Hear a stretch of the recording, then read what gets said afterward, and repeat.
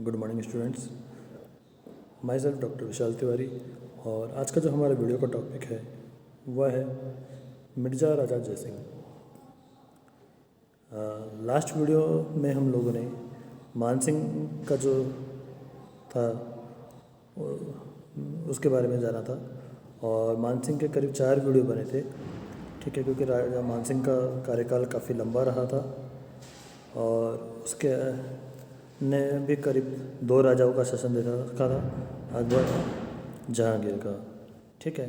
फिर जब 1614 ईस्वी में मानसिंह की मृत्यु हो गई तो उसके बाद उसका कोई, क्योंकि वास्तव पुत्र जीवित नहीं रह गया था उस समय तक, ठीक है। तो भाव सिंह उसके बाद वहाँ पे आमेर का राजा बना था। 1614 से 1621 तक उसने शासन किया, लेकिन जो वास्तविक उत्तराधिकारी था वो था मानसिंह का जो बड़ा पुत्र था जगत सिंह, उसका बेटा जयसिंह, और यही मिर्ज़ा राजा जयसिंह आगे बना था, ठीक है। तो इसको आगे क्या क्या सफलता मिली और इसने कैसे वापस अपना शासन प्राप्त किया और उसको आगे कैसे बढ़ाया, और मिर्ज़ा राजा जयसिंह का भी अपन भारत के इतिहास में काफ़ी प्रसिद्ध नाम है और एक अपना ही अलग स्थान रखते हैं वो, क्योंकि वो अपने समय के काफ़ी बड़े कूटनीतिज्ञ थे और अपने इसी कूटनीतिज्ञता की वजह से उन्होंने शिवाजी जैसे राजा को, जो मराठा सरदार थे, राजा थे, उनको एक बार पुरंदर की संधि करने पर विवश कर दिया और अकबर की औरंगजेब के सेवा में वो हाजिर कर दिया दरबार में। तो ये अपनी कूटनीतिज्ञता के आधार पर ही वो सब कर पाए। तो मिर्ज़ा राजा जयसिंह एक काफ़ी वीर, साहसी और कूटनीतिज्ञ थे। तो उनके बारे में हम लोग आगे और जानेंगे, किस तरह से उन्होंने आगे अपना कार्यकाल चलाया शाही सेवा के अंदर, और इतना कि उन्होंने 3 मुग़ल शासकों का समयकाल देखा था, ठीक है, और तीनों को अपने से काफ़ी प्रसन्न रखा और उन्होंने अपने सेवाओं से आमेर राजघराने को काफ़ी ऊंचा स्थान राजस्थान के अंदर प्रदान किया था। तो आगे उन्होंने कैसे काम किया उसके लिए हम लोग वो देखेंगे। उनके पहले तो ऐतिहासिक पृष्ठभूमि क्या रही है, ठीक है, मिर्ज़ा राजा जयसिंह की ऐतिहासिक पृष्ठभूमि क्या है उसको हम लोग थोड़ा सा देख लेते हैं। उसके बाद फिर आगे उनकी सेवा, उनके चाहे वो जहांगीर के साथ हो, चाहे शाहजहाँ के साथ हो, चाहे औरंगजेब के साथ हो, किस तरह से उन्होंने आगे बढ़ाया उसको हम लोग इस वीडियो में देखेंगे और लास्ट में उनका मूल्यांकन करते हैं। जैसे मैंने आपको बताया कि 1614 ईस्वी में आमेर के राजा मानसिंह की मृत्यु हो गई, लेकिन राजा मानसिंह के कोई पुत्र नहीं था। अतः भाव सिंह 1614 से 1621 ईस्वी तक आमेर की गद्दी पर बैठा, लेकिन मानसिंह का वास्तविक उत्तराधिकारी उसके बड़े लड़के जगत सिंह का पुत्र जयसिंह था। जयसिंह की माता रानी दमयंती को इस बात का भय उत्पन्न हो गया कि आमेर का वास्तविक उत्तराधिकारी होने के नाते कहीं भाव सिंह उसकी हत्या न करवा दे। अतः रानी दमयंती अपने अल्पवयस्क पुत्र जयसिंह को लेकर दौसा में रहने लगी।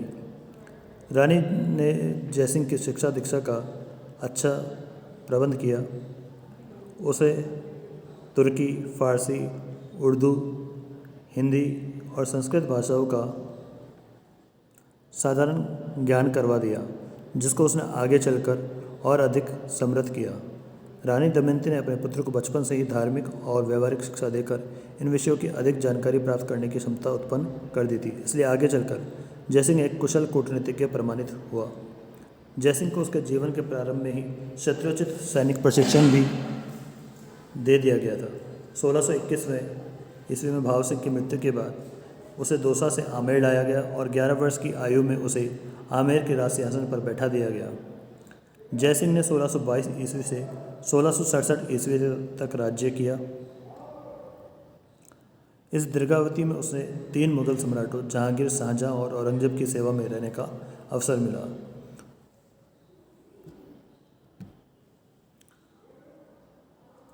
यह जयसिंह की वीरता, योग्यता और कुशल कूटनीतिज्ञता का ही परिणाम था कि जयसिंह के कार्यकलापों से आमेर राज्य उच्च राज्यों की श्रेणी में आ गया। अब है मिर्ज़ा राजा जयसिंह और जहांगीर। आमेर की गद्दी पर बैठते ही मुगल सम्राट जहांगीर ने जयसिंह को 3000 जात व 1500 सवारों का मनसबदार बनाकर उसे सम्मानित किया। जहांगीर ने सर्वप्रथम उसकी नियुक्ति दक्षिण में मलिक अंबर के विरुद्ध की। मलिक अंबर मुगलों के विरुद्ध अहमदनगर राज्य की रक्षा कर रहा था। मलिक अंबर के विरुद्ध जयसिंह ने अपने अदम्य साहस और रण कौशल का परिचय दिया। तत्पश्चात उसने 1625 ईस्वी में दलेल खां पठान के विरुद्ध भी भेजा, जहां जयसिंह ने शत्रु को परास्त कर अपूर्व ख्याति अर्जित की और उसे समय समय पर सम्राट द्वारा सम्मान मिलता रहा। अब है मिर्जा राजा जयसिंह और शाहजहाँ। शाहजहाँ के शासनकाल में भी जयसिंह ने बड़ी निष्ठा और वीरता से सम्राट की सेवा की। प्रारंभ में सम्राट ने उसे 4000 का मनसबदार बनाकर उसे सम्मानित किया और उसे जाटों के विद्रोह को दबाने भेजा।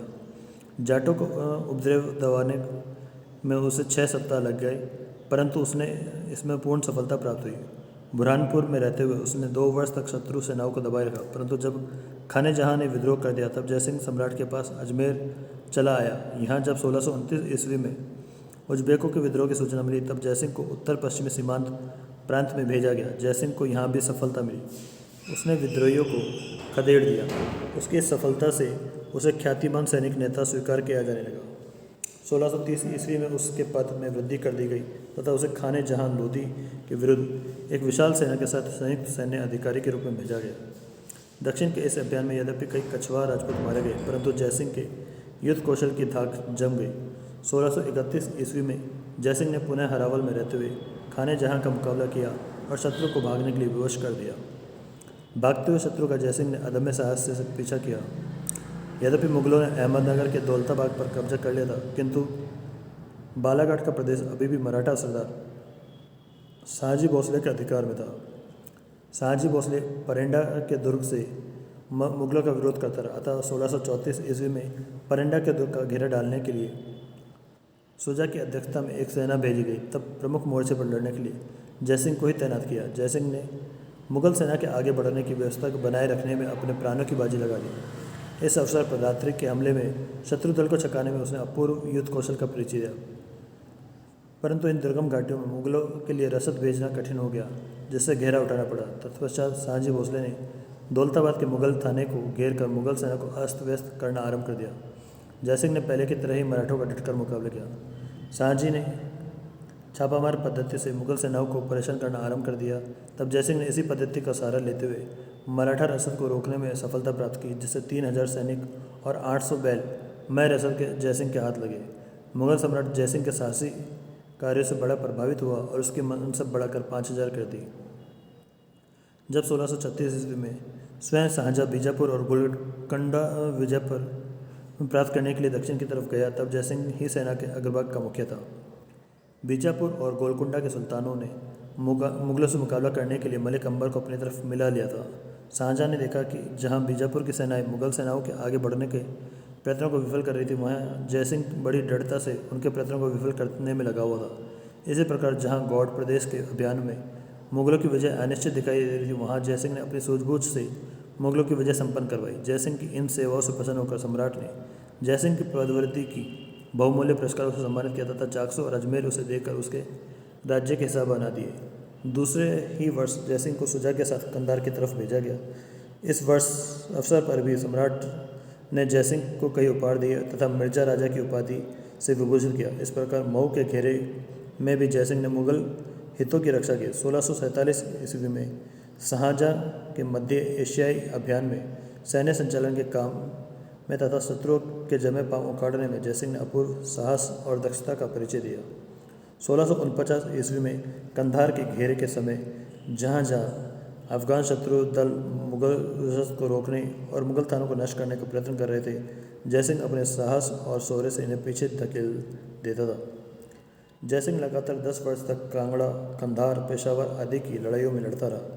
काबुल तथा दूनी में जयसिंह ने मुगलों की प्रतिष्ठा को बनाए रखने में अपनी संपूर्ण शक्ति लगा दी।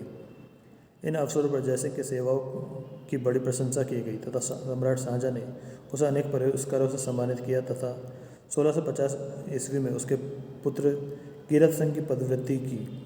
उसकी जागीर में कामा, खो तथा पहाड़ी के परगने सम्मिलित कर उसे मेवात का फौजदार नियुक्त कर दिया गया।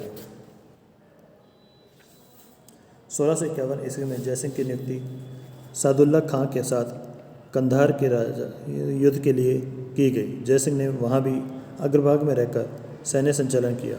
उसकी वीरता और योग्यता से प्रभावित होकर सम्राट ने उसे दारा के पुत्र सुलेमान सिकोह के साथ रहकर काबुल की सूबेदारी करने की आज्ञा दी, जिसका पालन वह 1653 ईस्वी तक करता रहा। शाहजहाँ की बीमारी के समय 1656 ईस्वी में जब सम्राट के पुत्रों में उत्तराधिकार का युद्ध छिड़ गया, तब जयसिंह ने सुजा की सेना को बनारस के पास बहादुरपुर में घेर लिया।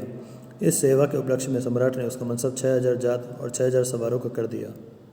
इस उत्तराधिकार युद्ध में जब औरंगजेब विजयी हुआ, तब 25 जून 1658 ईस्वी को मथुरा में औरंगजेब से मिला और उसे अपने पूर्ण सहयोग का आश्वासन दिया। मिर्जा राजा जयसिंह और औरंगजेब। जिस समय औरंगजेब को अधिकाधिक सहयोगी की आवश्यकता थी, उस समय जयसिंह का उससे मिलना बड़ा लाभप्रद सिद्ध हुआ। इससे जयसिंह औरंगजेब का कृपापात्र बन गया। धीरे धीरे जयसिंह का मुगल दरबार में महत्व बढ़ गया, जो उसके राज्य का प्रभाव बढ़ाने में सहायक हुआ। सामोगढ़ के युद्ध में परास्त होकर वह दारा, आगरा, लाहौर, मुल्तान होता और जब जोधपुर पहुंचा, तो दारा ने जोधपुर के महाराजा जसवंत सिंह से सहायता की प्रार्थना की। जोधपुर महाराजा उसे सहायता देने के लिए तैयार भी हो गया, लेकिन जयसिंह परिस्थितियों को भली भांति समझ गया, अतः उसने महाराजा जसवंत सिंह को दारा की सहायता न करने की सलाह दी। जसवंत सिंह इस सलाह को मानते हुए दारा की सहायता नहीं की। औरंगजेब ने अजमेर से लगभग 4 मील दक्षिण में देवराई नामक स्थान पर 12 मार्च 1659 ईस्वी को दारा से युद्ध किया। इस युद्ध में जयसिंह ने औरंगजेब की सेना के अग्रभाग का नेतृत्व किया। 3 दिनों तक दोनों पक्षों के बीच गोलाबारी चलती रही। अंत में चौथे दिन दारा के पार उखड़ गए और वह गुजरात की तरफ भाग खड़ा हुआ। जयसिंह ने भागते हुए दारा का पीछा किया। मेड़ता से जालोर, सिरोही, सिद्धपुर, अहमदाबाद और कच्छ के मार्ग से होता हुआ जयसिंह ने दारा को पश्चिमी भारत के भागों के अधिकार से वंचित कर दिया। कच्छ के रण में भोजन और पानी का अभाव होते हुए भी जयसिंह अपने सैनिकों के साथ दारा का पीछा करता हुआ आगे बढ़ता गया, जिससे शत्रु को सांस लेने का समय भी नहीं मिला। इस दौड़ में उसके सैकड़ों घोड़े और सैनिक नष्ट हो गए, परंतु जिस अभिप्राय से उसने दारा का पीछा किया था, उसमें उसे पूर्ण सफलता प्राप्त की। दारा को सिंधु नदी की सीमा तक खदेड़ दिया। दारा का पुत्र सुलेमान, जो श्रीनगर की ओर भाग गया था, जयसिंह के पुत्र राम सिंह के द्वारा पकड़ लिया गया। स्वयं दारा को भी बाद में बंदी बनवा ले गया और उसे प्राणदंड दिया गया। सम्राट औरंगजेब जयसिंह और उसके पुत्र की सेवाओं से प्रसन्न होकर जयसिंह को 1 करोड़ दाम की आय की जागीर और 1 लाख का नकद पुरस्कार दिया। राम सिंह को भी 2.5 लाख आय की जागीर पृथक रूप से दी गई। जयसिंह की दक्षिण में नियुक्ति। दारा से मुक्त होने के बाद औरंगजेब का ध्यान दक्षिण की तरफ गया, जहां शिवाजी के नेतृत्व में मराठा शक्तिशाली हो रहे थे। दक्षिण के राज्यों के सुल्तान मुगलों के शत्रु थे ही, अतः शिवाजी के अधिकाधिक शक्तिशाली होने की स्थिति में यह भी संभावना थी कि दक्षिण के सुल्तान शिवाजी का नेतृत्व स्वीकार कर ले, जिससे दक्षिण में मुगलों का राजा प्रभाव भी समाप्त हो सकता था। शिवाजी ने कई बार मुगल थानों को लूटकर मुगलों की स्थिति को कमज़ोर बना दिया था। सूरत में शिवाजी द्वारा की गई लूटमार तथा शाइस्ता खान और उसके परिवार की क्षति ने तो मुगल प्रतिष्ठा को धूल में मिला दिया था, जिससे शिवाजी का साहस उत्तरोत्तर बढ़ता जा रहा था। शिवाजी निरंतर मुगल परगनों और कारखानों को लूटता जा रहा था। यद्यपि औरंगजेब ने शहजादे मुअज्जम और महाराजा जसवंत सिंह को दक्षिण का अधिकारी बनाकर भेजा था, किंतु इन दोनों को शिवाजी के विरुद्ध कोई सफलता नहीं मिली। अतः औरंगजेब ने मिर्जा राजा जयसिंह को दक्षिण में नियुक्त किया। मुअज्जम और महाराजा जसवंत सिंह को वापस दिल्ली बुला लिया गया। जयसिंह अपने 2 पुत्रों, कई कछवाहों और बुंदेलखंड सैनिकों को लेकर दक्षिण की ओर गया। जयसिंह को मात्र सैनिक अधिकारी के रूप में नियुक्त नहीं किया गया था, बल्कि उसे हर प्रकार के अधिकार भी दिए गए, ताकि वह दक्षिण में परिस्थितियों के अनुसार अपनी नीति का प्रयोग कर सके। 9 जनवरी 1665 ईस्वी को जयसिंह अपने राजपूत सैनिकों के साथ नर्मदा को पार कर 3 मार्च 1665 ईस्वी को पूना पहुंचा और जसवंत सिंह से कार्यभार ग्रहण कर लिया।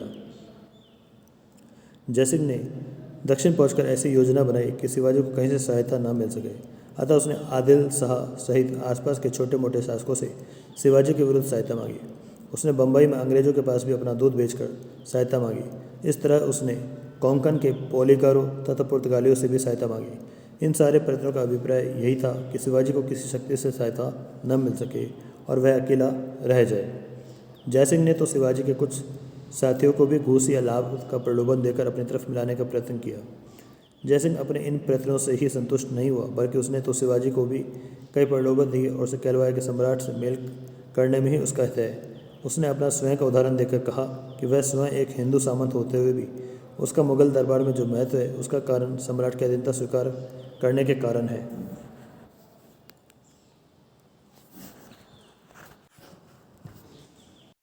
अब है पुरंदर का घेरा।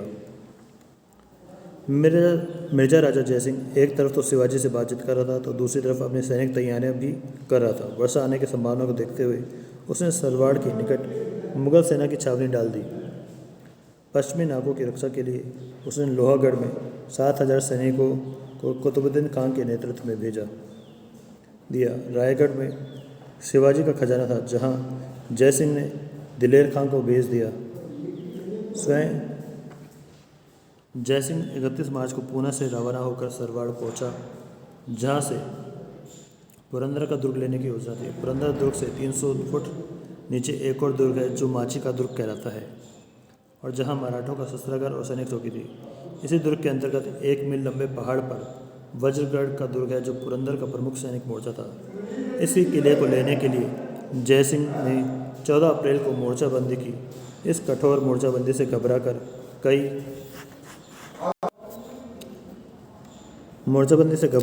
मराठों ने आत्मसमर्पण कर दिया। इसी समय जयसिंह ने दाऊद खान के नेतृत्व में 6,000 सैनिकों को आसपास की खेती, पशु और बस्ती को नष्ट करने भेज दिया ताकि शिवाजी को आसपास से आर्थिक सहायता न मिल सके। इसके साथ ही उसने माची पर गोलीबारी आरंभ कर दी तथा वहां की नाकेबंदी को ध्वस्त कर दिया। यद्यपि मराठों ने बड़ी बहादुरी से मुगल सेना का मुकाबला किया, किंतु मुट्ठीभर मराठी विशाल शाही सेना से कब तक मुकाबला कर सकते थे। इस युद्ध में मराठा वीर मुरारबाजी मारा गया, लेकिन इससे मराठा हतोत्साहित नहीं हुए। मराठा सैनिक लगभग 2 माह तक युद्ध करते करते थक चुके थे। आसपास की खेती और बस्तियां नष्ट हो चुकी थी। शिवाजी ने देखा कि इन परिस्थितियों में संघर्ष जारी रखना आत्महत्या के समान होगा, अतः उसने अपने आदमियों को जयसिंह के पास भेजा और स्वयं उससे मिलने का प्रस्ताव किया। शिवाजी और जयसिंह के बीच संवादों का आदान प्रदान होता रहा, लेकिन जयसिंह शिवाजी से तब तक मिलना नहीं चाहता था जब तक कि शिवाजी पूर्ण आत्मसमर्पण न कर दे तथा अपने दुर्ग उसे न सौंप दे। परंतु जब उसके विश्वस्त ब्राह्मणों ने जाकर जयसिंह से शपथपूर्वक कहा कि शिवाजी किले के बाहर आ गए हैं और वह मुगलों की अधीनता स्वीकार करना चाहते हैं, तब जयसिंह ने भी शिवाजी के प्राण और सम्मान की रक्षा का वचन दिया। जयसिंह ने शिवाजी को यह भी कहलवाया कि यदि वह सम्राट की अधीनता स्वीकार कर लेगा तो उसे मुगल व्यवस्था में उचित सम्मान दिलवा देगा। पुरंदर की संधि।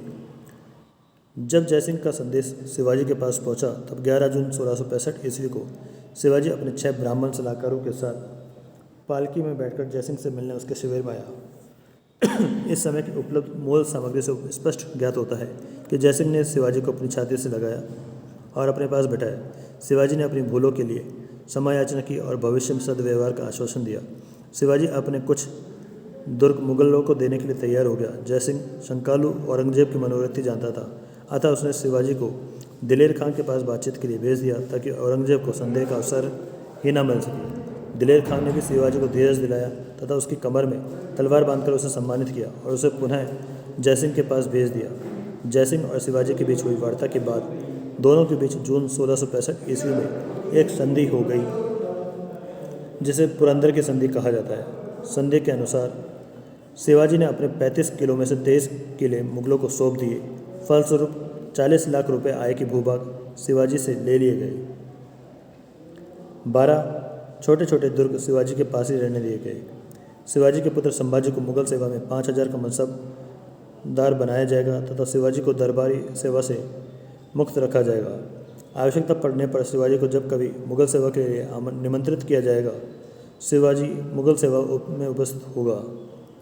शिवाजी ने यह भी सुझाव दिया कि यदि कोंकण में 4 लाख खून वार्षिक के प्रदेश तथा बालाघाट में 5 लाख खून का शुल्क बादशाह उसे देना स्वीकार करके तथा मुगलों द्वारा बीजापुर विजय के बाद भी ये प्रदेश उसके अधिकार में रहने दिए जाए तो वे बादशाह को 40 लाख खून 13 वार्षिक किस्तों में अदा कर देगा।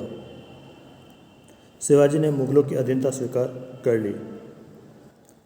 संधि की उपयुक्त शर्तों के अनुसार 12 जून 1665 ईस्वी को शिवाजी ने पुरंदर का किला मुगलों के अधिकार में सौंप दिया तथा सभी मोर्चों पर युद्ध बंद कर दिया।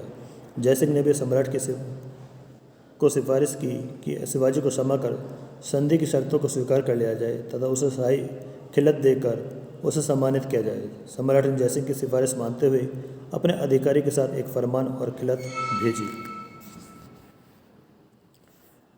इस वीडियो में हम लोग यहीं तक पढ़ेंगे क्योंकि मिर्ज़ा राजा जयसिंह का भी वीडियो थोड़ा लंबा है, तो इसे हम लोग नेक्स्ट वीडियो में कंप्लीट करने की कोशिश करते हैं।